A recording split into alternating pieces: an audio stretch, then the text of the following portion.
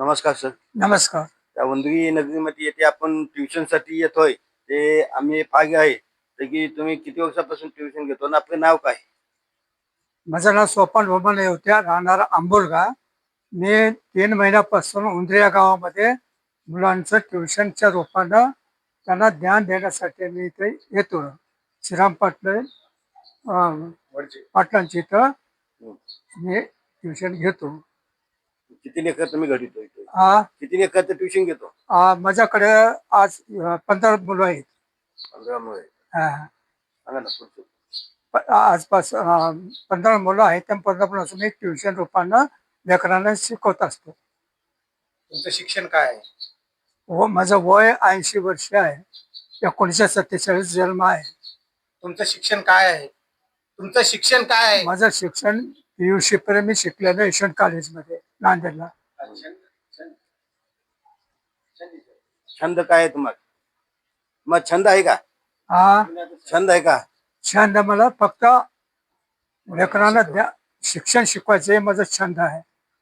पण जिल्हा परिषद मध्ये का नाही?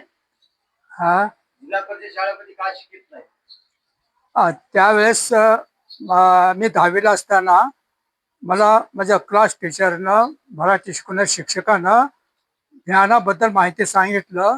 ज्याला ज्ञान प्राप्त झालेलं आहे त्याने जीवनामध्ये कधीच लाचारी जीवन जगू नये असं याच्याबद्दल बरंच प्रबोधन केले होते. त्यांच्या प्रबोधनानुसार मी नोकरी, त्यावेळेस फुकट नोकरी असताना सुद्धा मी नोकरी केलेलं नाही. आणि माझं एक स्वाभिमान जीवन जगण्यासाठी मी लेकरांना ज्ञान देण्यासाठी माझं जीवन पूर्ण व्यतीत करत आहे. आतापर्यंत मी करत आलेलो आहे.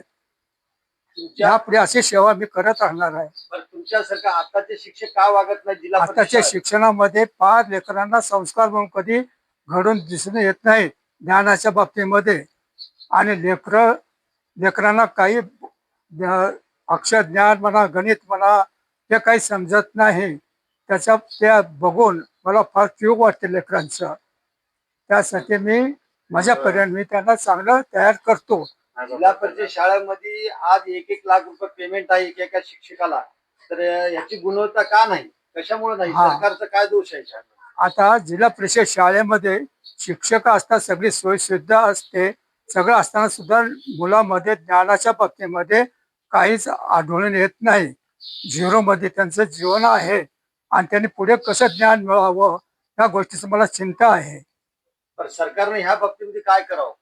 या बाबतीमध्ये जागरूक राहून याच्यातून सरकारनं लक्ष द्यावं आणि त्यासाठी नियोजन करावं ही माझी विनंती आहे.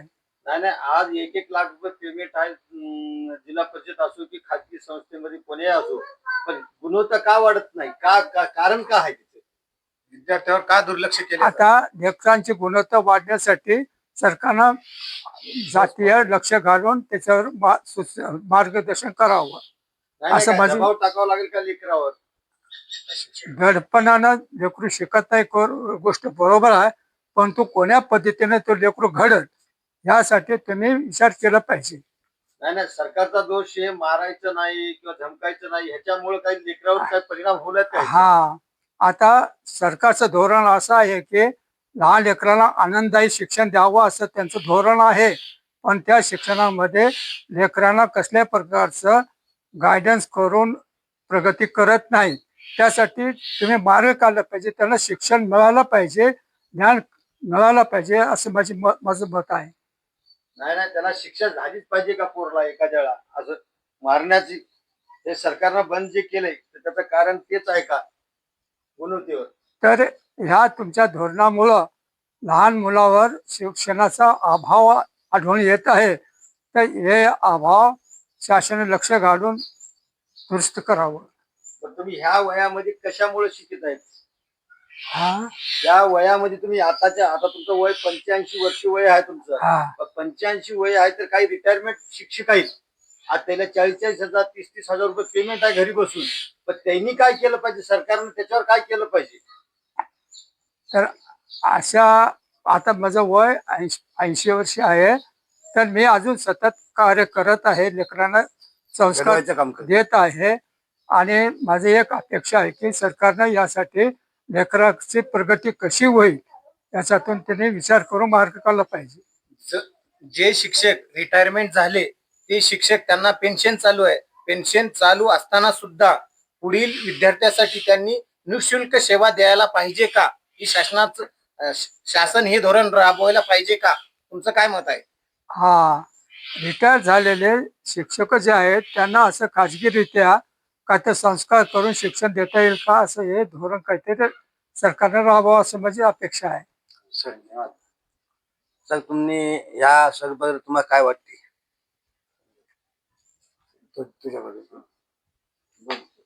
त्यांचा आपल्या उंदरी या नगरीमध्ये येऊन त्यांनी ट्युशन घेतलं, तर तुम्हाला काय वाटते सर?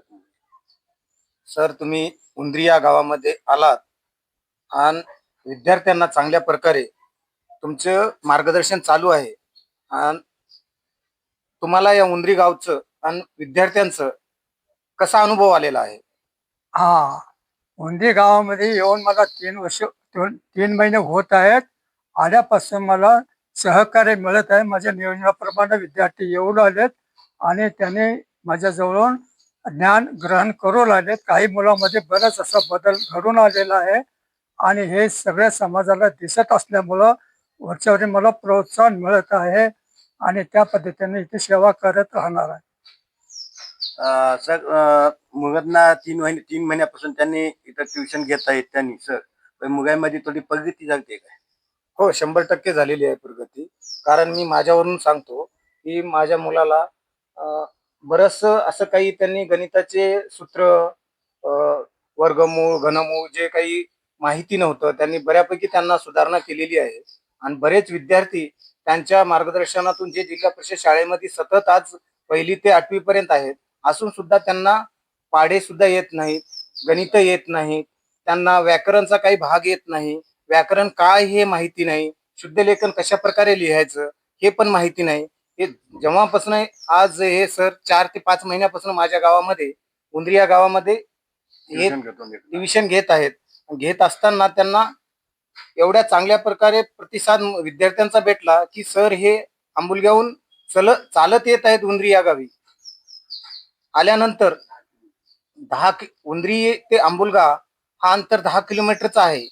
असून सुद्धा आमच्या गावामध्ये सर वेळेवर येतात. वेळेवर येतात आणि विद्यार्थ्यांना चांगल्या प्रकारे मार्गदर्शन करत आहेत. त्याबद्दल या वयामध्ये त्यांचं वय 80 वर्ष आहे. असून सुद्धा शिक्षणाबद्दल त्यांचा एवढा छंद चांगला आहे की आवड अशा प्रकारे आहे की त्यांना आपण विचार करू शकत नाही.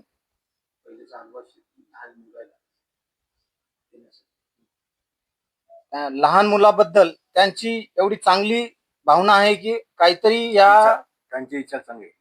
येणारी पिढी ही चांगल्या पद्धतीने सुधारायला पाहिजे, त्यांचे विचार आहेत. असे विचार आपल्याला आजकालच्या कोणामध्ये सापडत नाहीत.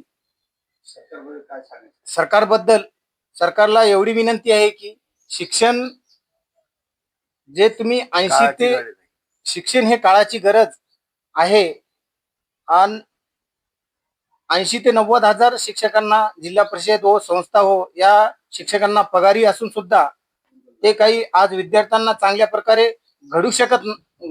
घडवत नाहीत. हे दिसत आहे सगळ्यांना. आज जिल्हा परिषद शाळेची पटसंख्या वरच्यावर कमी होत आहे. त्याच्या मागचं मेन कारण काय आहे?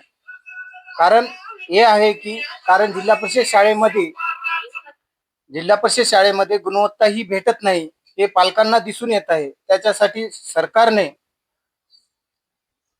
कठोर बंदोबस्त करून शिक्षकावर चांगल्या प्रकारे व्यवस्थित मार्गदर्शन करून वेगळी टीम नेमवायला पाहिजे.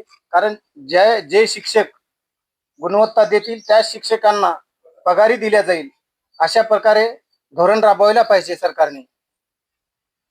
सर, तुमचं काय मत आहे याच्यावर?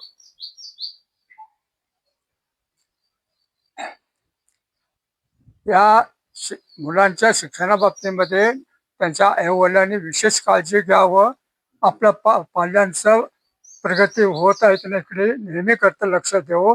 त्या दृष्टीने त्यांनी नियोजन केलं पाहिजे लेकरांचं आणि नेहमी करता शाळेत जाऊन त्या बाबतीमध्ये त्यांनी चौकशी करून शिक्षकाकडून अपेक्षा व्यक्त करावं आणि त्यांना सूचना द्यावं असं माझं मत आहे.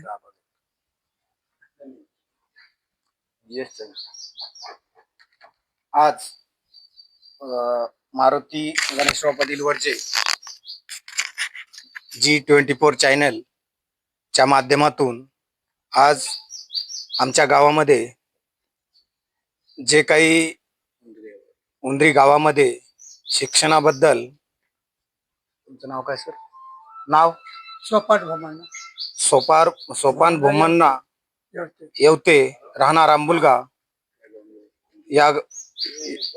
या गावून रोज येत आहेत आणि त्यांनी उंदरी या गावी चांगल्या प्रकारे ट्युशन घेत आहेत.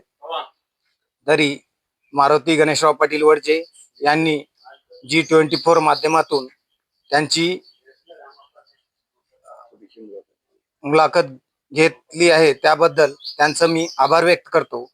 इथेच थांबतो.